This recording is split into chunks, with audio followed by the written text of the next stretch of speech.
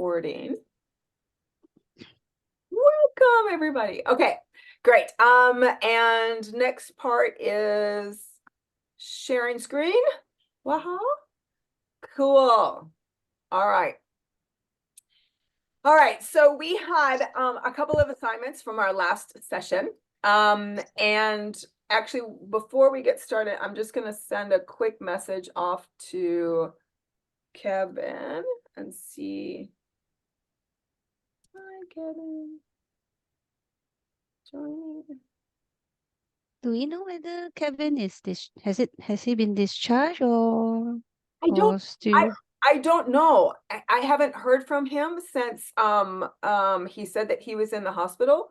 So Mm, that might be it. He might also still be in though I think they were just doing tests, but mm. good point. Very good point. So Kevin, if you're watching this on your on the recording, we certainly hope you get better because that's kind of scary heart things. All right. So you had the 3 assignments. So, well, 2 assignments really, and then be ready to share. So impress your inner audience. What was it that you're doing? One thing, and what do you notice from that one thing that you did to impress your inner audience? And then 3 confidence songs or things to listen to or sayings that you have that when you either hear that in some way that you feel super confident. All right. So what we want to do first is we're going to go with our experience with impressing our inner audience. So I'm going to go first to kind of give you an understanding of what this looks like and what did I notice. So my goal and what am I going to impress my inner audience with this week was my Pilates. So I have been sort of off Pilates for a bit because I was traveling and I was sort of under somebody else's schedule, which is normally my excuse. And I never seem to be able to, when I'm with traveling with other people, I never seem to be able to prioritize sleep and me and my Pilates before we go in the morning. And so for me, sleep always rules. So I always end up sleeping over getting up and doing Pilates. So this week, I did my Pilates every day. Wow. Audience was very impressed, except for one day. And again, that one day came into effect because of other people. So we had people over at our house for dinner, and they stayed much later than I was expecting them to stay. So they were here almost until midnight. And so I didn't get to bed until that time. And then the next day, I had a client meeting that I had to be up and out of the house for. So if I wanted, I had to prioritize what comes first. My obviously my client meeting doesn't get to change, so I had to prioritize my Pilates and my sleep. So of course I chose sleep, and I slept, and then I said to myself, I'll just do my Pilates after my client, which by the way never happens. So every time I say to myself, I'll do it later. I'll do it when we get done traveling for the day. I'll do it at the end of the day or whatever. I just never do it. So there was one day that my inner audience, when I woke up in the morning, it says, get on that or you're not going to do it. And I said to the inner audience, I'm like, no, wait, you see, inner audience, I'm going to do it later on. And the inner audience was right because I didn't do it later on. And it was super disappointed in me. And so what I noticed was I had that feeling at the end of the night of blah, right?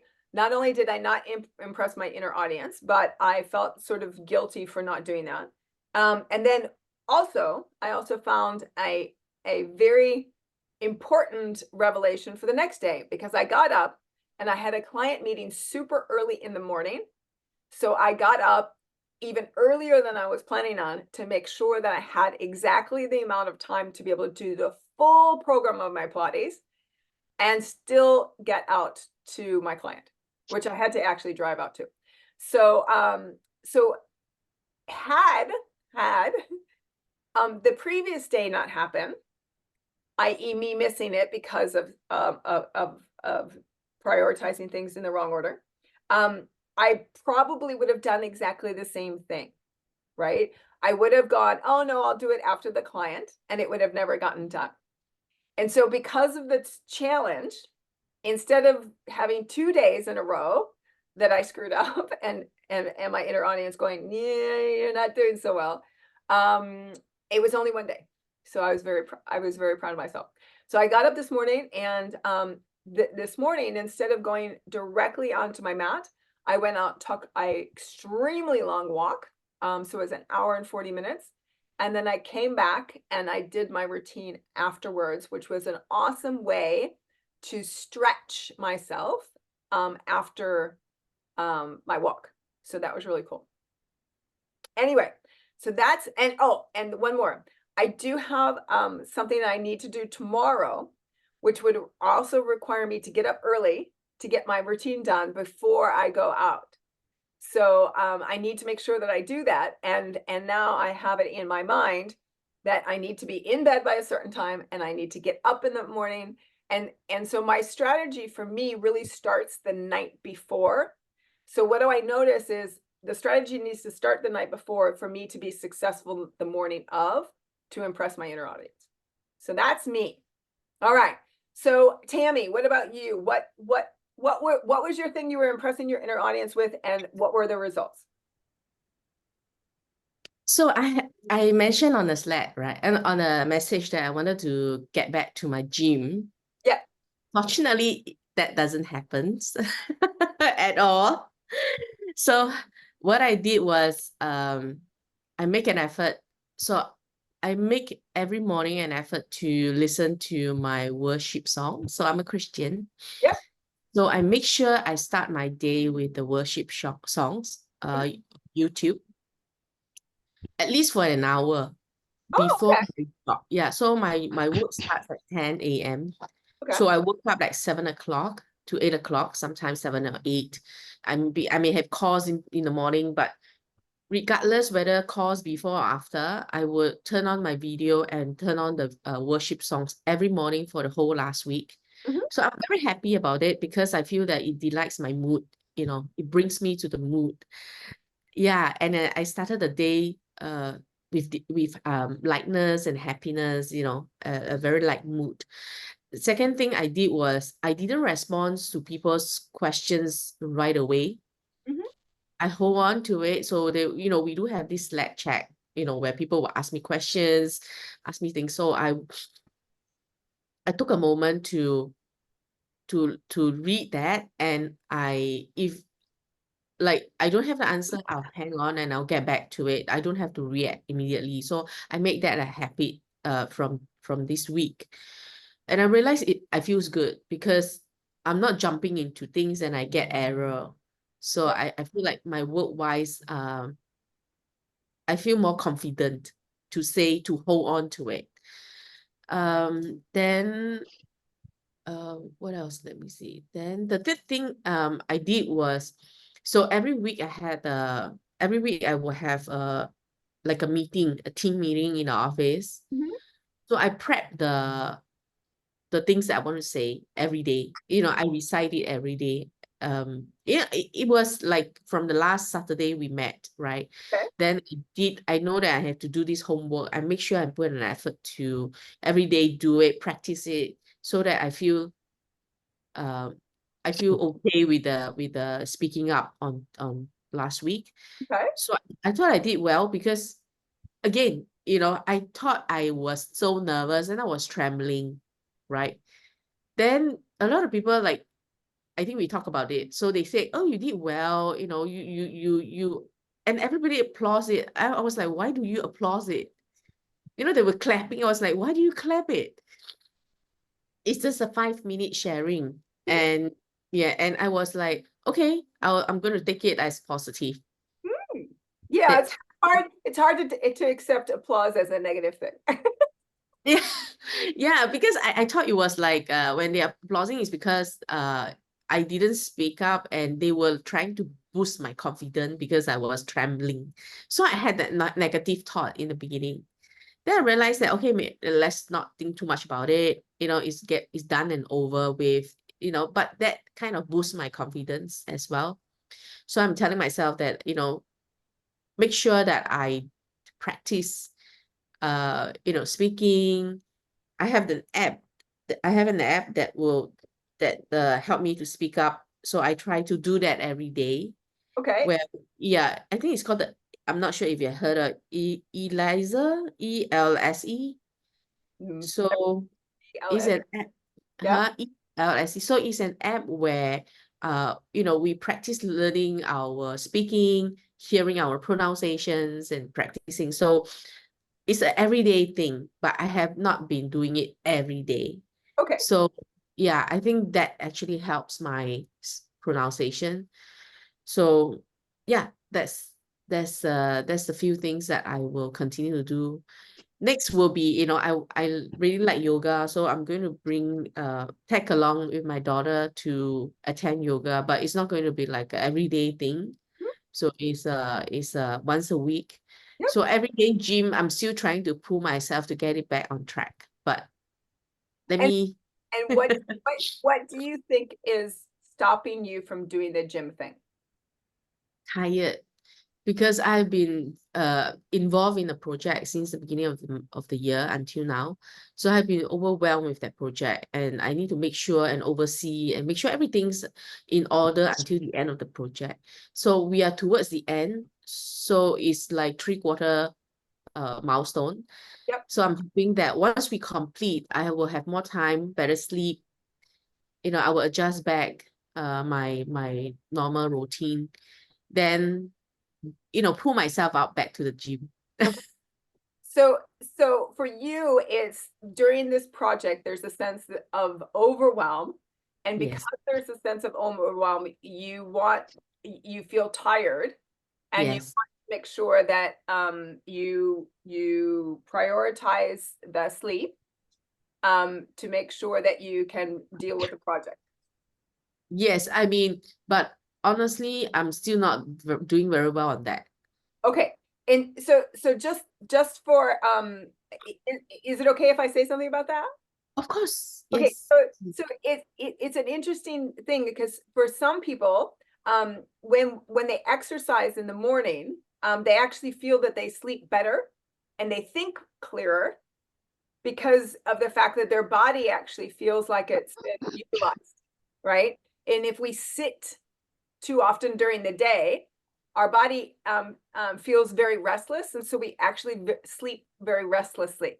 And so sometimes people misunderstand that the stress feeling, they say it's a stress feeling, that the reason that they're not sleeping, that their body actually might not actually be tired. That's maybe the reason why they're not sleeping. So sometimes they're understanding. So maybe instead of thinking about going to the gym every day, if you just, like your yoga, if you just chose one day to go, and then just again watch what your inner audience does, as far as what do you notice. Do you sleep better that night if you've gone to the gym that morning? Yeah. And so Okay. let's go. Does that help us? Does that not help us? Let's find out. It's an experiment. Okay, got it.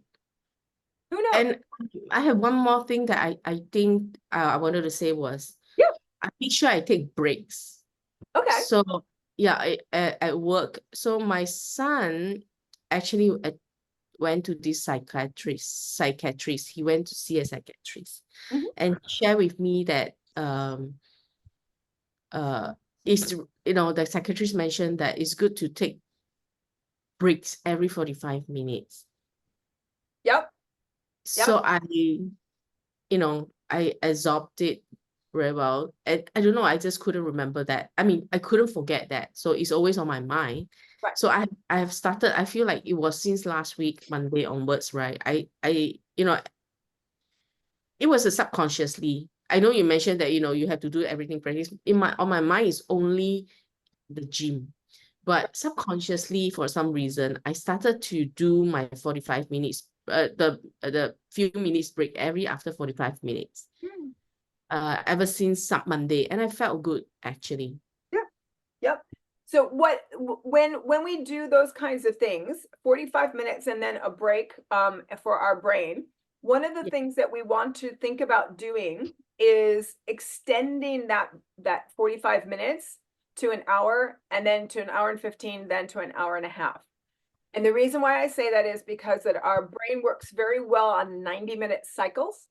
Mm. It's a circadian rhythm kind of thing that goes throughout the Mhm. day. And so what what you're working on is basically half of a circadian cycle. And so that's cool. Nothing wrong with that.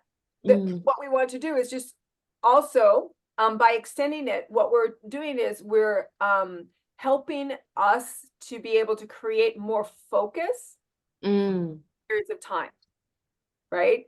But we don't want to go over the 90 minutes, because once that 90 minutes is finished, then we're getting detrimental returns after that. So actually our brain needs the break after that 90 minutes.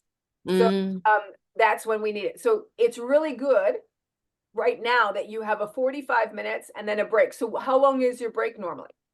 Very fast, about less than 5 minutes. Yeah, so I would normally say 45 minutes and a 5-minute break. And Yeah. for I was listening to something the other day, and it was two neuroscientists who were talking about this particular thing.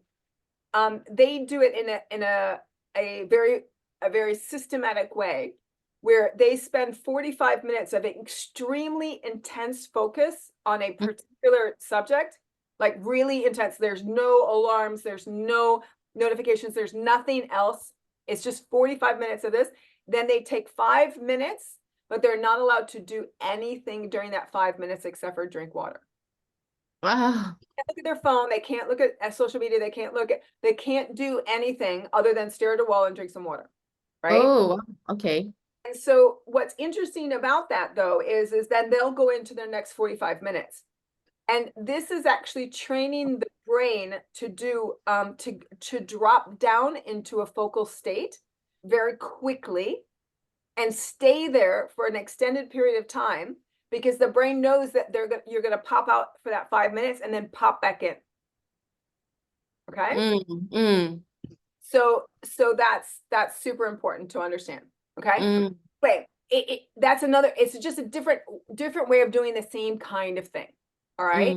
So it's good that you have that, and then you have your church music that you listen to, the Yes, worship songs.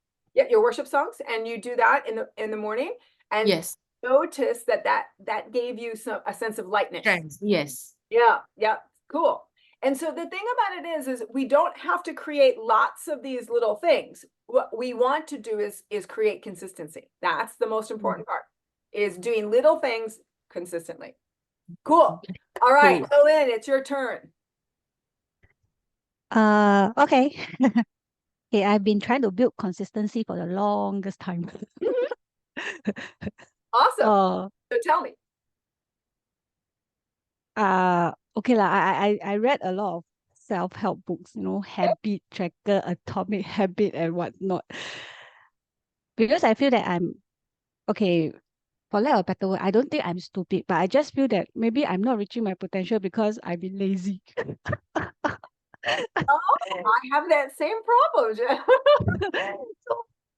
So when I read those books, lazy. I'm lazy too. it's like, I think I have this habit tracker thing that I'm trying to do, but I've been doing it for 2 years. It haven't been very impressive. Even I look at it, I forget it. You even forget the habit of tracking of the habit. I give up on myself. You won't do it one. You won't do it properly. So, and I think similar to what I think the two gentlemen did, they have a list of things that they wanted to do. So, so this year I did something a bit differently. I still need to track, because if you don't track, then you cannot measure back. So in the past, I used to just list down item 1, I need to do this. Item 2, I need to do this. Item 3, I need to do this. So, and I think coincidentally, in the beginning of this month, when I prepare my habit tracker, I changed the heading. And I think it's sort of it. You all also mentioned it. We want to achieve the win. So I actually changed the label to my first win, my second win, and my third win. Okay. So the first one is to wake up at 6. That one perpetually didn't happen. Okay. And the second one is to, which I think is in more of my control, is to exercise. Okay. And I have another rule, or a self-guiding rule, is never miss twice. This one is I read from the Atomic Habit one. Is them sometimes you really, for whatever reason, it didn't happen, but make sure the next day it must happen, because you don't want to miss twice in a row. Okay. So I think for at least for this month, from the beginning until today, I only missed four times that I didn't do the exercise. So Right. I think it has been the best scorecard, even considering the last 2 years of Cool. exercising. So and because I have been trying to do this, so I actually didn't really, I don't know, subconsciously I don't know, is it my inner audience already said, "Aya, you tried this for 2 years already." So it's very difficult to impress, I suppose. So I just tell myself is I just think of like, today I did it, okay. Then I say, make sure tomorrow I must do it. Make sure tomorrow. So I sort of just think, tomorrow I must do this. Tomorrow I must do this. And if when it did happen, I just feel that, okay, I fulfilled this promise. I feel great. Yeah. That is it. Yeah. Then the third win, I also didn't manage to get it. Third win is I'm trying to have a sideline that means sideline at night, doing some financial kind of trading to earn some extra pocket money. That one didn't happen. So, but at least I think I clock in on the exercise portion, Yep. which, yeah, it feels great and as I start to see more ticks on that I did this exercise, I did the 30 minutes today, I did the 30 minutes. As the number of ticks start to accumulate, I think I sort of find there is a little bit of pressure. Oh, I don't want to screw up this one. It seems to be doing quite well. So like there's a sort of inner push to sort of, tomorrow you must do it, because you already maintain it so well. You don't want to screw it up again. that kind of thinking process. Yeah. Yes. And Mm. can I share with you some information about that? Uh, So this is a technique that we know works very well for people in developing our confidence. All right. So we're going to play this little game, and the little game is basically taking a calendar, and we decide on that thing we're going to do, like an exercise or listening to our spiritual songs in the morning. And we're going to basically get a check for every day that we do it, right? Now, even so, and I don't know if I have them within my reach. If I had them within my reach, I will get them out. But I even have little smiley face stickers for my calendar. Okay.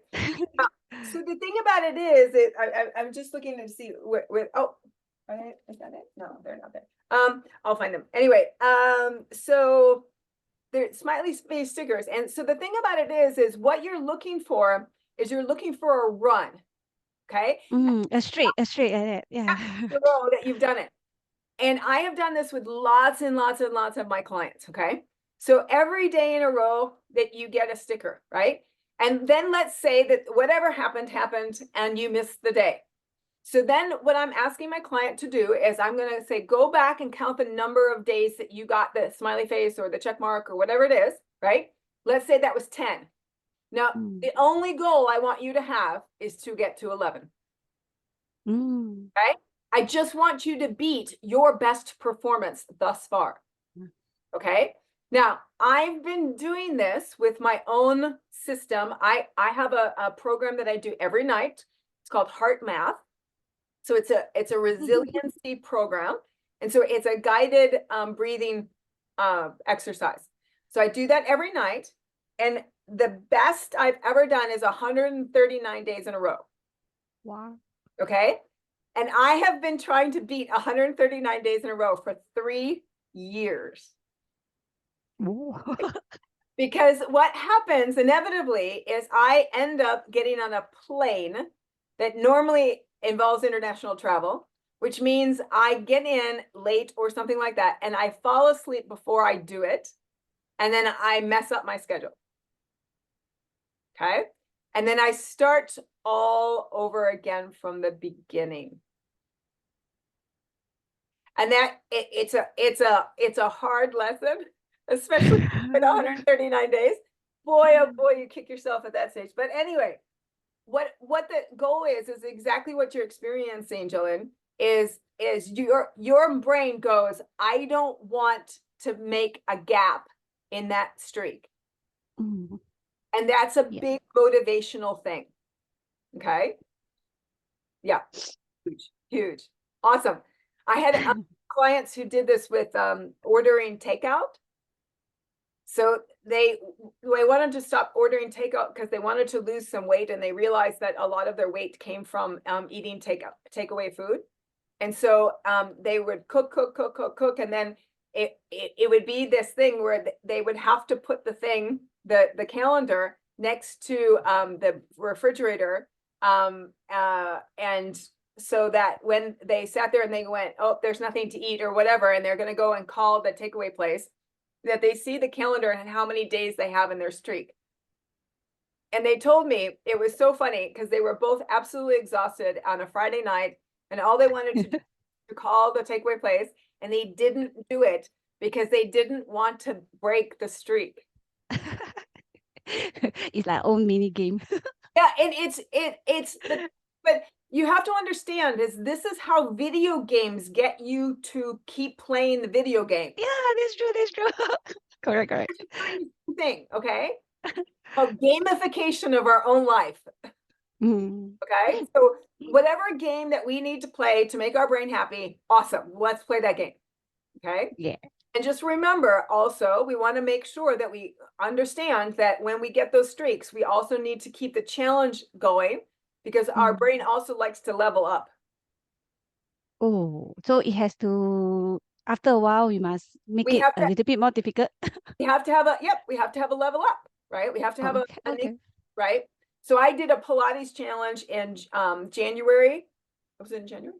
No, it was in February. I did a Pilates challenge with my mom, who is 84 years old. We did the Pilates challenge in February, and then March they didn't have a challenge. It was just like a normal calendar. But in April they have a challenge that's coming up in April again. And so my mom is like, oh, yay, there's this core-based challenge, and we get to start a new challenge again. And so it's interesting how having that challenge and having another level up, it gets us back engaged and gets us motivated again. Okay. Cool. All right. So the next thing that we wanted to do is do our confidence songs. So again, I'm going to go first, just because of the fact that I'm just going to show you what, or actually play you what my confidence songs are. So this is my first confidence song that I had. Well, hopefully it plays. Uh-oh, it's not playing. Why is it not playing? Hold on.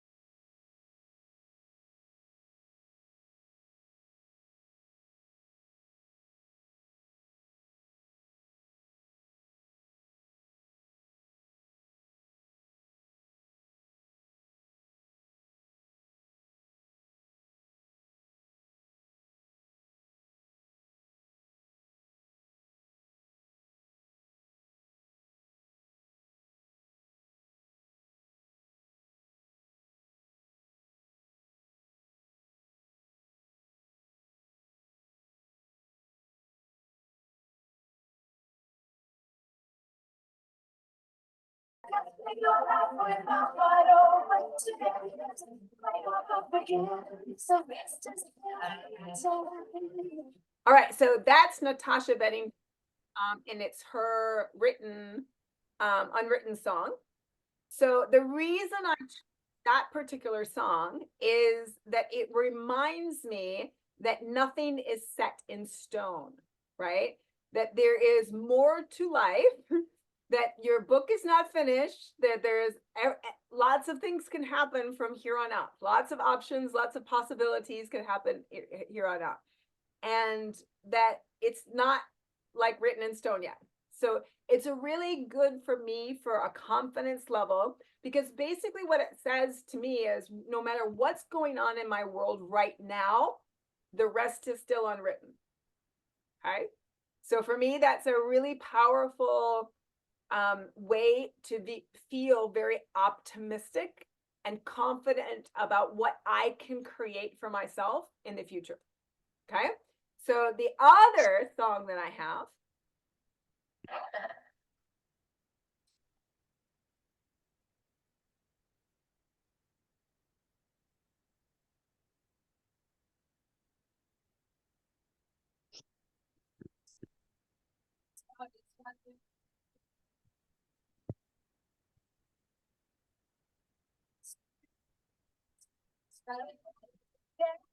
Did you hear it?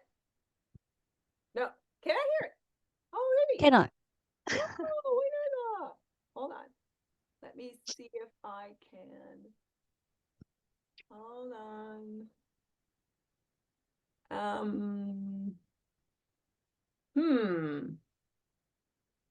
Whoops. I think there was a way that we did this last time. Hold on.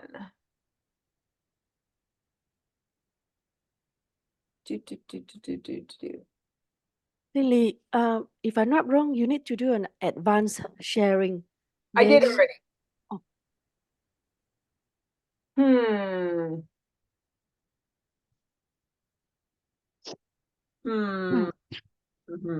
Let me try. Wait. Let me try. Ugh.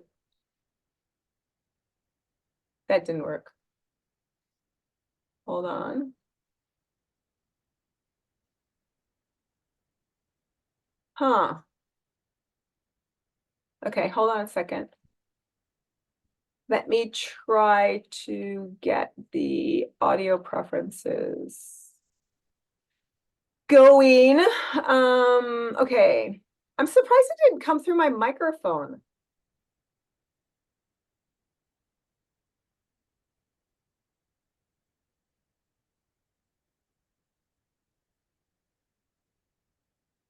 Okay.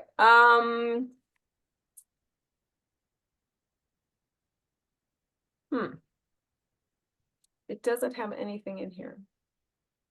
Okay, let me try that again. See if it works. Oh, actually, you know what? I'm gonna try it. Can you hear it?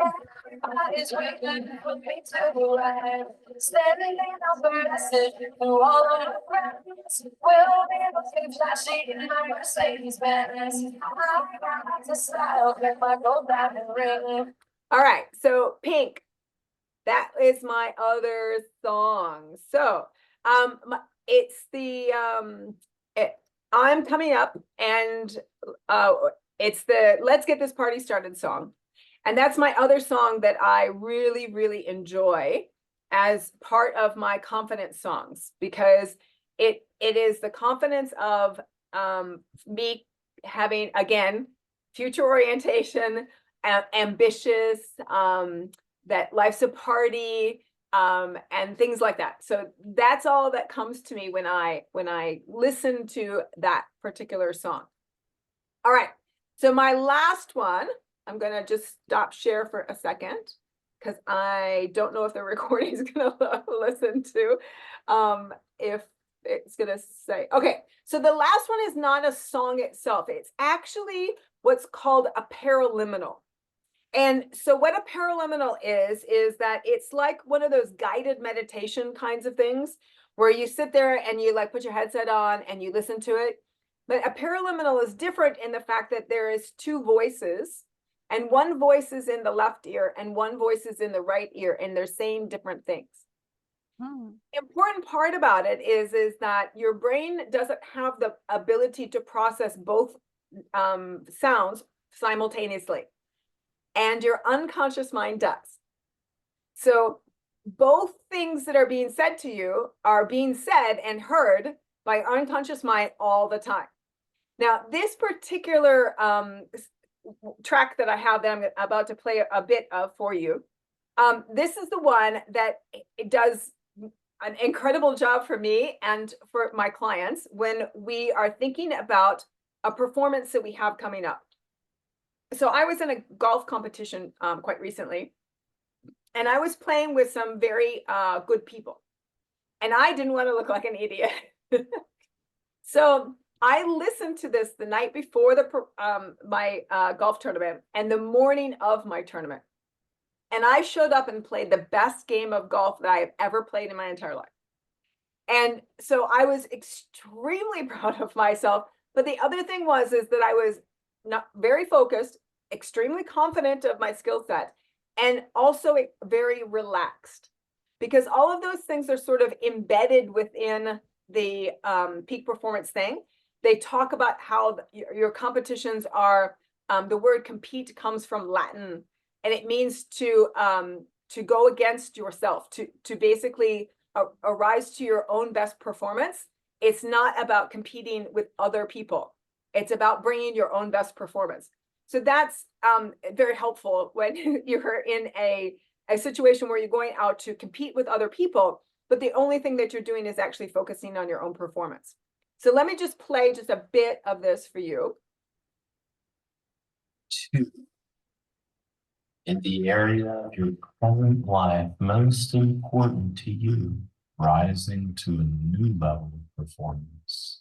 You clarify the performance and results you choose to produce, giving focus to the tremendous power within you, concentrating your power for action, bringing your best performance into mind. One specific goal and end result you've selected, more easily focusing your mind in the present moment, the place where all your resources reside, here and now. Okay, so basically it's this really nice, it's like ocean music going on in the background, and really nice way for me to sit there and get really prepared for that kind of situation, like a peak performance kind of thing. So I use that peak performance thing all of the time. And strangely enough, the second voice, so Paul Sheely is the gentleman, one voice in there, and he's a doctorate in learning, and he's also an NLP guy, and it's his company that does the learning strategies and all of the paraliminals. And the second voice in there is actually Tom McCarthy. And Tom McCarthy used to work for Anthony Robbins in the United States and was the head of his sales department. So Tom McCarthy is actually really cool, but he also has a really nice voice. So I pretty much love that particular paraliminal. All right. So what about you guys? All right, Tammy, what is a song or a thing to listen to or saying that you have that instills a sense of confidence in you?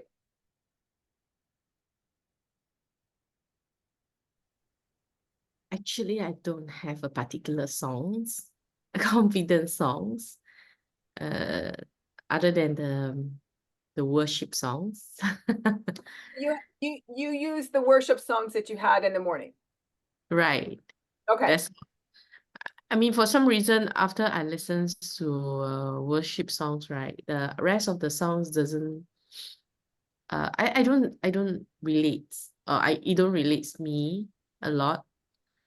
So I don't. I mean, I like the music maybe to some songs, but the meaning in the lyrics, I don't know. It doesn't come across something that I will pay too much attention to.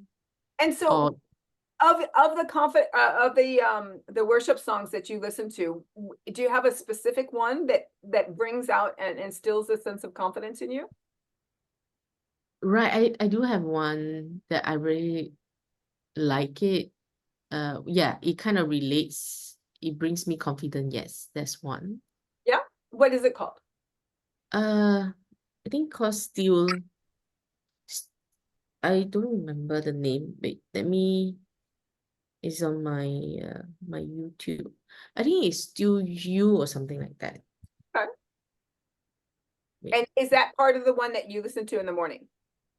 Yes, but I don't like listen every day. But whenever I have stress or anything, I will listen to that one. Okay. And It what brings me do you calm. know? It brings you calm. Yes. And it and always like whatever struggles you have, it kind of bring me to say that, whatever struggles you may have is unprecedented, right? It's not something that you can predict and it comes along, but you are always being he's still there to oversee the whole situation. So don't have to be afraid. Something like that. Okay. So that's something that I really like it because it kind of like solve all the things that my problem will have. Okay. Sometimes it's after thinking, after doing, right? So my problem is always not prepared, and that I deliver things or impromptu answers that I think overthink after that and realize that yeah, or kind of question myself, did I hurt the person feeling? Did I do well? I kind of doubt myself a lot, self-doubt and confidence, no, not confidence enough. So I think that music is more of not it, how should I put it? It wasn't something like it kind of calms me down after the situation, Okay. not like before. Okay. Excellent. I think what you are saying is like, yeah, what you're sharing was that it's always kind of before, right? Well, yeah, I used mine before. Yep. Yeah, correct. So mine is always after, yeah. And then Yeah. what it sounds like it helps you to do is you stop overthinking things when you listen. Yes. Awesome. Perfect. Excellent. All right. And Jolene, what 3 confidence songs or things to listen to or sayings do you have? Uh, I don't really listen to English songs. Oh, that's fine. So Last time we had Korean songs and Chinese songs in. but when this assignment was given, then I sort of remember when my kid has the kindergarten graduation Oh, performance.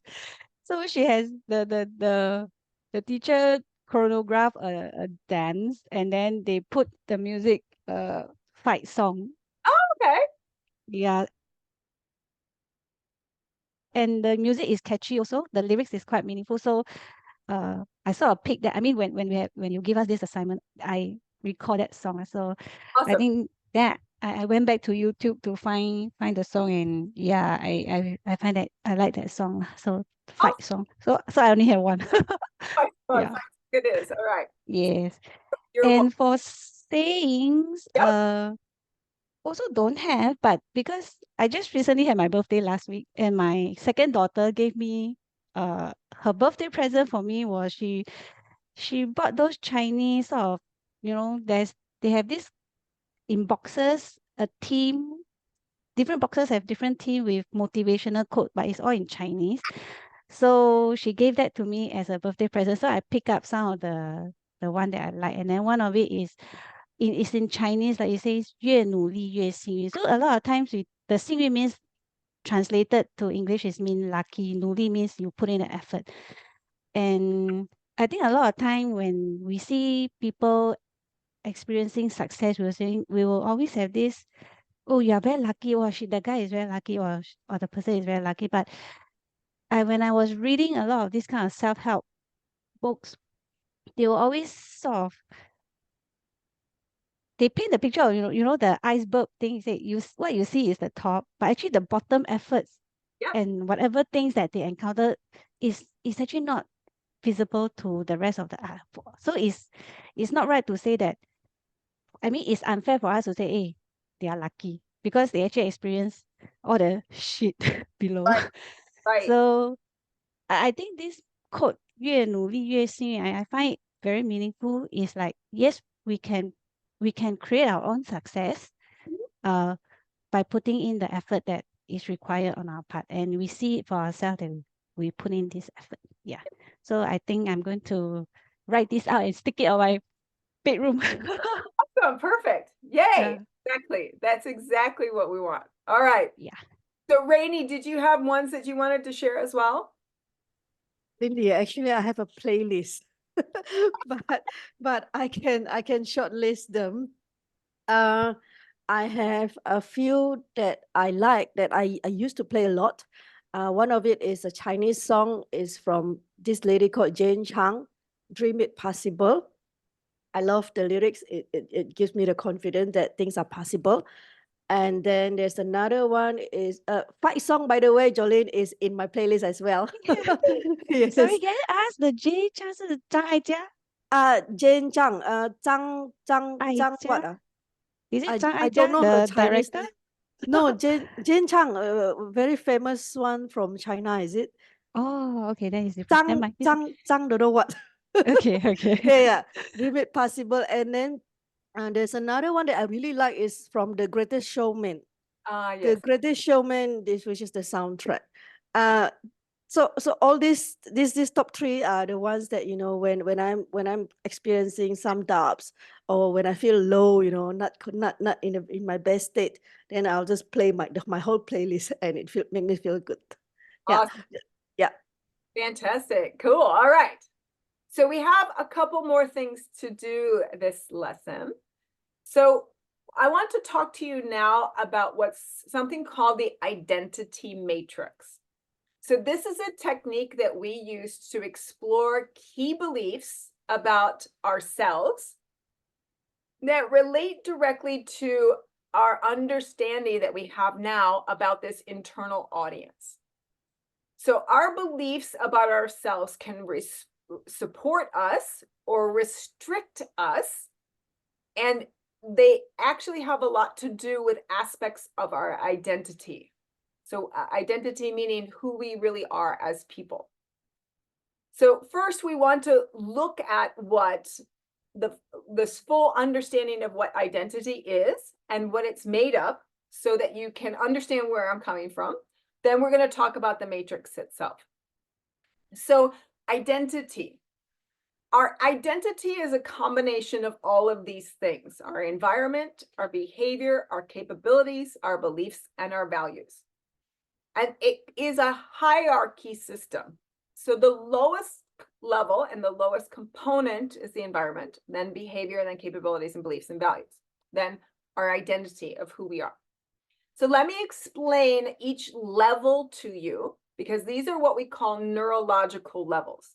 They have specific areas of the brain that get utilized when we're dealing with a particular area. So the first area, the first level is called your environment. This is where you are in your world and who you're with. So one environment that you might have is your home environment. Another environment you have is a work environment.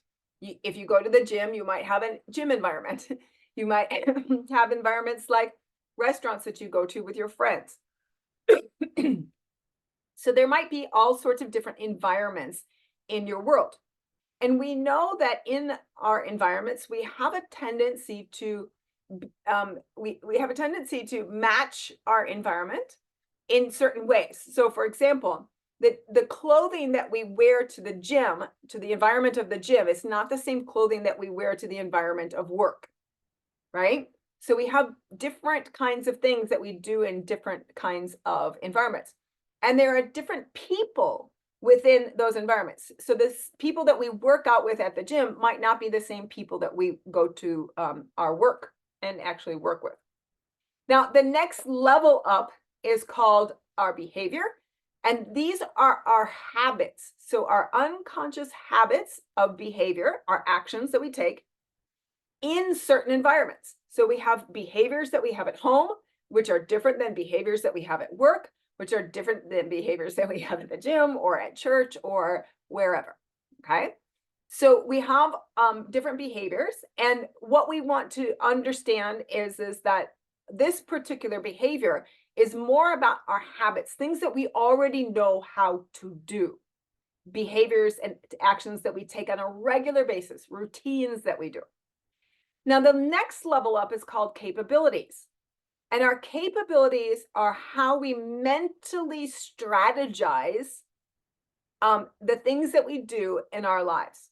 So the capabilities are more about our skill sets and our strengths that we're trying to increase, and the strategies of how do we use those skills and strengths to regulate our behavior in certain environments, right? And so one of the things that Tammy had said earlier was she has this thing where when she listens to her music in the morning, her church music, her spiritual music, worship music, when she listens to that in the morning, that's something that seems to kind of effortlessly flow for her.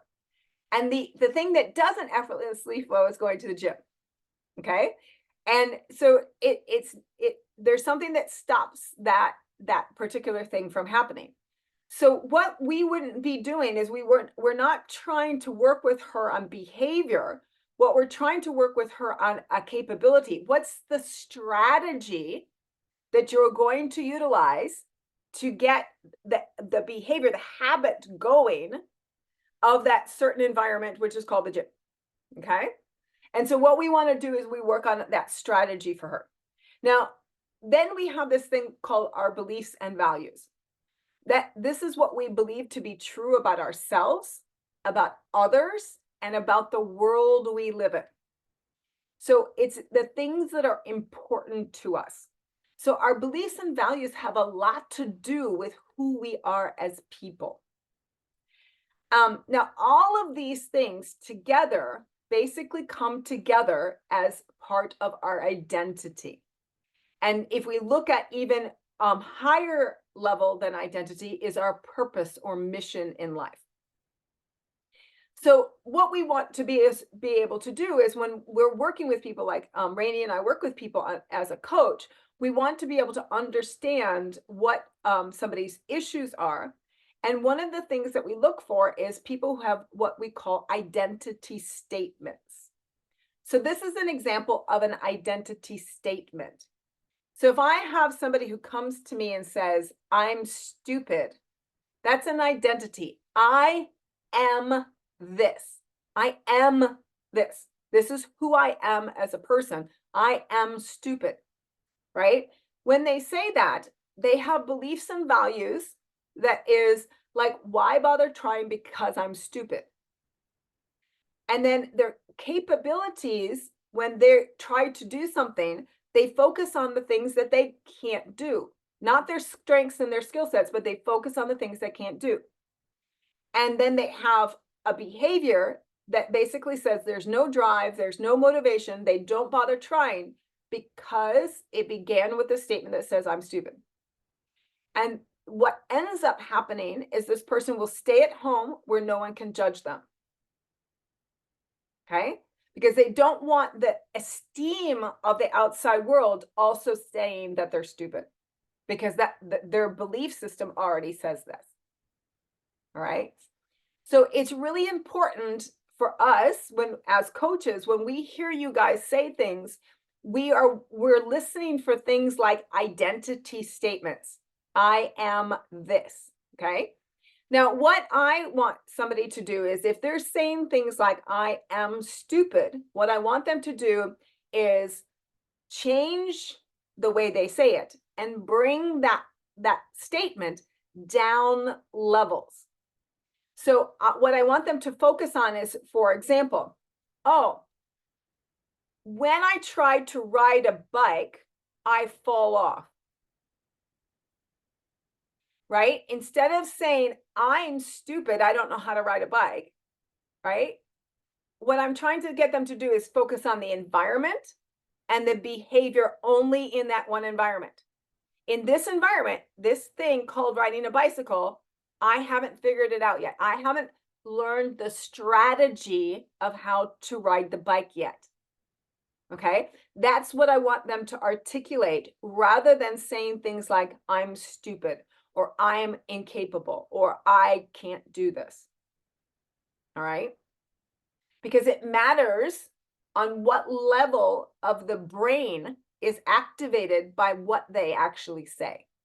So when I have them re-say it, I get to bring it to a different area of the brain, which also helps me take it from the person's identity to just a very small bit of what their identity is made of, a part of it. So let's look at this identity matrix, okay?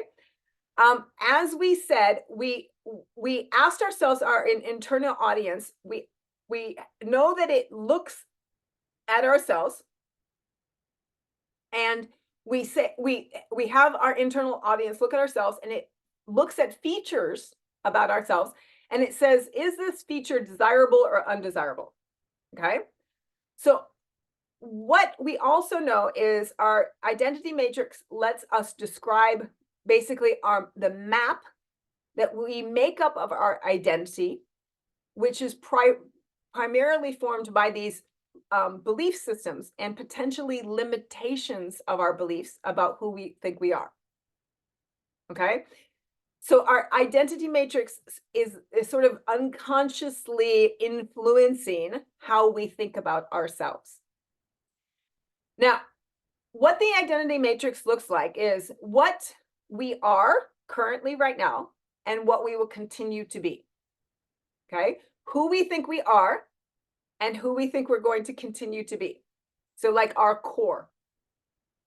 Then it's also going to look like what we could become. Like, what is the thing that we want to become in life? What it also looks like is what we are not and what we will not be. Okay, it's going to make sense in a second. And then it also looks like our limiting beliefs. Now, this identity matrix helps us to identify things like goals and values and resources at this identity level that are going to help us to build our confidence. So let's look at the chart. This is the matrix, okay? So at the top row, we have what we want to be. The bottom row, what we don't want to be. So in the top row, what we want to be, but we are not. We want to be something, but we are not it yet. So this is our limitation.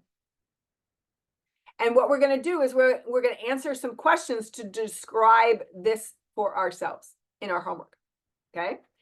Then we have what we want to be and we could become. We could become this. We have faith that we could go in this direction. This is what we see as our potential. Right? This is what we want to have. And then we have what we want to be, and we already know that we are. And this is our core. This is the core of who we are as people. Then the next line down, we have what we don't want to be, and we are not. This is our boundary. And then what we don't want to be and what we could become, which is our weakness. And then what we don't want to be, but we are, which is our shadow. All right. So maybe it would be helpful if I kind of describe some of these things for you from my own perspective. All right. So when I look at these things, I'm just going to flip the slide for a second. This is the matrix in the identity matrix in how we would feel that goes along with each one of these things. All right. So what we want to be, all right, what we want to be and what we are. So what I already know what my sort of purpose and my mission in life is. And so when I'm in that place, I feel very proud and I feel contented to be in that place. So my mission has a lot to do with, it's the words that I use is providing nourishment. So I provide nourishment both to the mind and the body, to myself and to other people, and allow them to flourish. So that is something that I know I am at my core, and I'm proud and contented with that. All right. Now, when I think about what I want to become, that is the place that I'm trying to rise to. And that's my potential. And when I think about that, I feel hopeful and excited about that. And so what I want to become is I want to become an indispensable asset to a handful of senior executives. So I basically want a handful basically of senior executives who hire me, and that's the only people I work with. And I'm an indispensable asset, which means they basically pay me to be on call all the time. All right. So that's where I want to become. That's where I'm headed. That's where I'm going. And then we have the what do I want to be, but I am not. Right? So what I want to be is I want to be a better at marketing and better at getting the word out about me, but I know I am not doing this. I'm solely not doing this. Okay? And so when I'm in that place, I feel frustration and I feel grief. Okay? So when we go down to the next line, do not want to be. So where I'm in a place where I don't want to be this, but I know I am this. So we use this word a little bit earlier, Jillian and Tammy, we use the word lazy. So that's my shadow, right? My shadow is lazy. I feel shame and guilt when I have sat around and did frickin' jack shit all day long. Okay? So when on a weekend or whatever it is, and I'm feeling sorry for myself because something went wrong or blah, blah, blah. This is what that's my shadow. I feel shame and guilt for being in that space. All right. And we're going to talk more about that when we get to the compassion week or the compassion month, when we talk about self-compassion. But then we have this thing about what we do not want to be, and we are not. We 100% know that we are not this. I am not a used car salesman. I will never sell anybody anything that I do not think that they need or that they want, right? So I am not going to trick anybody. I'm not going to try to sell anything to anybody that I don't believe truly 100% wants it, right? And so I'd love to have been in this group right now. It's just, it's not, the group think's not his, that it's not his thing. And so even though I want him to hear, I'm not a used car salesman, so I'm not going to sell him something that is not right for him. He's going to do one-on-one stuff. Cool. Awesome. That's great for him. Right? So that's what I want to be able to do. I am not, and that's my boundary. Okay. And then what I do not want to be, but I could become, right? Somebody who settles. So i.e., I settle for status quo. I settle for okay, without going for something bigger and better. Okay, so that is my weakness. And when I think about settling, I have anxiety. Okay, so that is the identity matrix. And what I'm going to send it to you. And what I want you to do is I want you to think about what would be the thing it is for each one of these things for you. And then I want you to send it back to Rainey and I so that we can review it. We are not going to talk about this in front of everybody. So it's something private between you guys and us, the coaches. So we're not going to have any kind of conversation about it, but we do want to identify these things for you. All right. So that is our thing. So I'm going to send you the worksheet. So it's a complete worksheet, and it has all the questions and it has everything in it. So you don't have to look at this and you don't have to listen to the video again, but that's what we want to do. All right. So now what I want to do is I want to talk to you guys, and we're going to give you kind of a brief overview about what's going to happen in next month. So we're going to be talking about the Enneagram. So is anybody familiar with Enneagram? Okay. So it's a personality assessment. So you might have has anybody done MBTI before? Myers-Briggs? No? No. Okay, cool. So personality assessments. So it's a personality assessment and it has these like 9 different characteristics. Yes, please. I have done the DISC The DISC. Yes. disc. Yes, DISC. And I think Rainey, you're familiar with DISC, right? Yeah. So the reason that we use Enneagram instead of DISC or through MBTI is Enneagram has a lot to do with what we call language behavior profiling.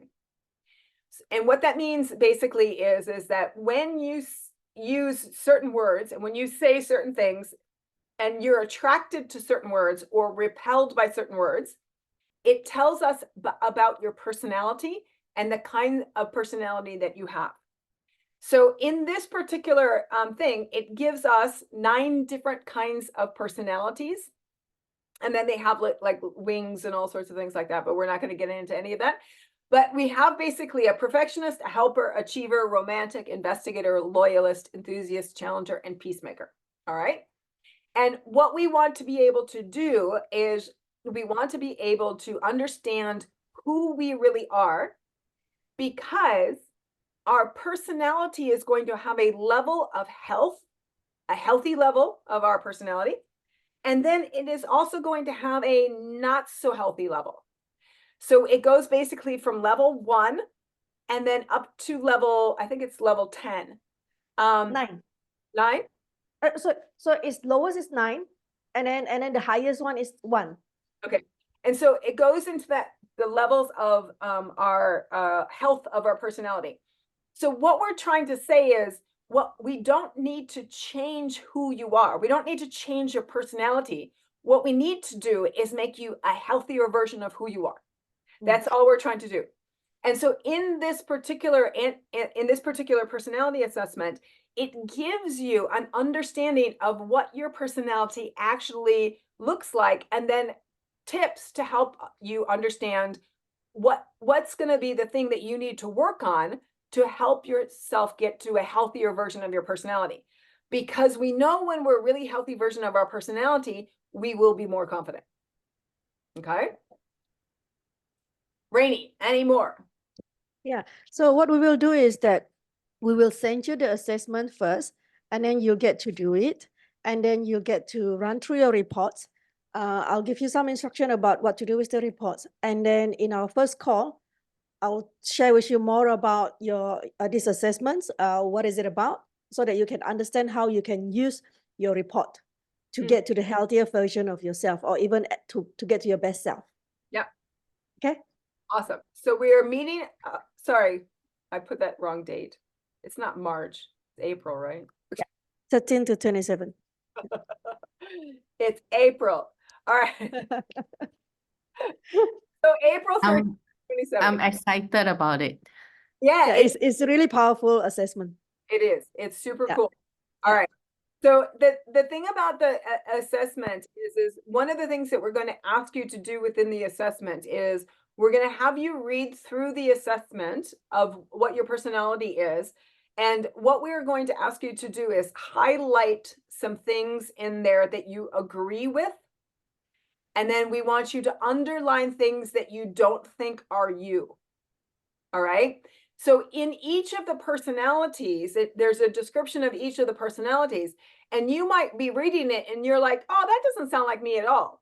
What we don't want you to do is throw away the entire thing just because there's one line that says, no, that's not right. Right. What we want you to do is go through and highlight, yes, yep, I do that. Yep, I do that. Yep, I do that. Yep, nope, I don't do that. Okay. We want you to do that aspect of it, because when you do that aspect, you have an understanding of the personality and how much of the personality is what you really run. So I have a client that I'm working with right now who did this, and he has 2 scores that are basically had exactly the same score, 2 personalities with the exact same score. And the problem with having those 2 personalities with the exact same score is that he has parts of him that under good times that show a particular personality, but under stress, he resorts to a different personality. And so it's really, for him, it's very hard for him to, because he recognizes parts of him in each of the personality, and he wants to be one more than the other one. It's just that every time he gets stressed, he resorts back to the one that he doesn't want. And so that's what we're trying to help him with, is by maintaining some of the activities and things like that that the one personality does, and how it handles stress best, that one personality does. So his two that he's working with is loyalist and achiever. So you can, Wow, such an interesting combination. Oh, wow. but I have not gotten any client with that kind of combination yet. yes, but you look at the thing, loyalist to achiever. So Yeah, it's the arrow, right? such a contrast, right? Exactly. And so Interesting. yes. And so Rainey and I know the things, and it's just like for us, it's like they're totally miles apart, right? Yeah. And that's what's interesting for him at work, is because he wants to be this achiever at work, and he shows lots of things that can be that. But when he's under a stressful situation, he goes back to being loyalist, Hmm. right? And the problem with that, of him going back to being loyalist, is that his organizational leader sees that and sees him undermining the organization because he's no longer being an achiever. Oh, that's tough. Yep. So the loyalist, he becomes loyal to people rather than being loyal to the organization. So sometimes he makes errors that benefit his staff, but actually make the organization worse off. And so his organizational leader doesn't like it when he does that. Right? Okay. Yeah. Right. So coming back to your report later on, once you're done with the assessment, if you notice that you have scores that is very close to you, right? So maybe let's say you have 3 scores that is of the highest and they are very close. What you can do is you can run through them, right? And see which one resonates with you more. Mhm. And you can do the what Lily was sharing just now about, doing the highlights of what resonates, what doesn't resonate.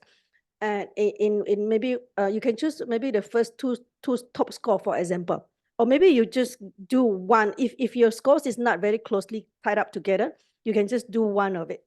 Yep. Yeah. And then in our discussion, then we can just talk about it. Okay. Yeah. But we're going to have this entire discussion about it. And then one of the other things that we'll do is we'll have you self-identify for you which level of health you think you are on for your own personality. All right. Yeah. And Rainey and I will also share with you our which personality we have when we go through the review. You'll probably understand. I think they'll be surprised. I don't think it's surprising, but we'll share with you what ours is, and so that you can have an understanding, and then you know us just like the things for you guys as well. All right. So that's what's coming up in April, and so our first thing will be on the 13th, but we will send you the matrix, and the matrix comes back to us. And then we'll send you the Enneagram, and what you'll receive is a link for the Enneagram where the test to do the test. And you'll also receive a code from us. So that test code gives you the ability to take the test for free without paying for it. Okay. It's part of your program here. So we've already paid for all of your tests for you. Okay. So it may take you about 30 minutes to do this. So please do this in one sitting. Yeah. And the other aspect of that particular thing is when you're doing the personality test, please try not to switch contexts too many times. So it's going to ask you to compare some things, like which is better for you, this or this. What's best is not to sit there and go, oh, well, I do this at work, but then at home I do this other thing. That's not going to work for you. So what I want you to think of is, I want you to think of you most often, rather than you in a like, oh, I do this at work, and so that's how I'm going to answer it, right? So I want you to think about you most often. And obviously it's really, really important to be very honest with your assessment. So this is not how you want to be. This is how you are, right? So if it says like, you know, you come home and or you're at home and the phone rings, do you get up and answer it really quick, or do you see who it is, or do you let the phone ring and then call them back when you want to, right? So the thing is when it asks you questions like that, really what is it that you do, not what you should do, right? Yeah. Yes, Tammy. So for that, it's a tricky question because I will have different scenarios to apply. So which one should I follow? Choose the one that you do most often, Yeah. Tammy. The one. I guess the one that we usually have is work related. I will see the name. I don't answer. Thing about it, Boss. yeah, but the thing about it is, for example, is if you most of the time at work and you look at the phone and you're like, I'm not going to answer that, right? And then you get home and then the person doesn't represent the same type of person. So for example, the phone call is coming from your best friend. Oh, yeah, I want to answer that. But if it was coming from your best friend at work, you would do the same thing, right? You wouldn't have the boss reaction. Like it was a friend of yours at work, you wouldn't sit there and go, I'm not answering that. So again, it's just think about your context is in these kinds of scenarios, what do I do most often? Do I try to avoid having conversations most often, or do I actually get involved in conversations most often? Right? Yes, that's kind of important. I don't think that question's on there, but it was just an Yeah, I think you make it up. I don't remember the question. I actually think it's on the other one. Okay, Yeah. we'll see after they do it. No, their representational system quiz. It's on that. Yeah. Anyway, okay, cool. So so that's it. So we will see you on April 13th. You'll get a bunch of emails from us. And Rainey and I will follow Kevin. And because we're both assuming he's still in the hospital then or recovering. Ah, So yeah. Yeah. So again, Kevin, because you're listening to this, we hope you're doing well. Sorry that you couldn't join us. All right. well, Yes, get real soon. Okay, hold on a second. I'm gonna just stop sharing. Yay. All right, and